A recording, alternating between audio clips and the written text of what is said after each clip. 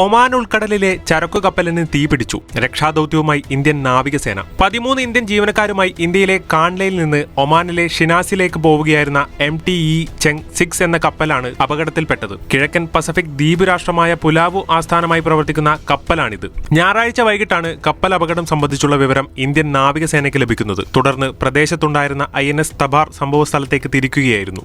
അപകടത്തിൽപ്പെട്ട കപ്പലിൽ തീയണക്കാനുള്ള ശ്രമം തുടരുകയാണെന്ന് ഇന്ത്യൻ നാവികസേന അറിയിച്ചു. കപ്പലിന്റെ എഞ്ചിൻ റൂമിൽ തീ പടർന്നെന്നും വൈദ്യുതി തകരാറുണ്ടായെന്നുമാണ് റിപ്പോർട്ടുകൾ. ഇതോടെ നാവികസേനയുടെ നേതൃത്വത്തിൽ തകരാർ പരിഹരിക്കാനുള്ള ശ്രമങ്ങൾ ആരംഭിക്കുകയായിരുന്നു. INS തബാറിൽ നിന്നുള്ള അഗ്നിശമന സംഘവും കപ്പലിലെ ജീവനക്കാരും ചേർന്ന് നടത്തിയ ദൌത്യത്തിൽ തീപിടുത്തത്തിന്റെ ആഘാതം കുറയ്ക്കാൻ കഴിഞ്ഞിട്ടുണ്ട്. നാവികസേനയിലെ 13 അംഗ ദൌത്യ സംഘങ്ങളും കപ്പലിലെ 5 ജീവനക്കാരും ചേർന്നാണ് തീപിടുത്തം നിയന്ത്രിക്കാനുള്ള ദൌത്യത്തിൽ പ്രവർത്തിക്കുന്നതെന്ന് നാവികസേന X പ്ലാറ്റ്ഫോമിലൂടെ അറിയിച്ചു.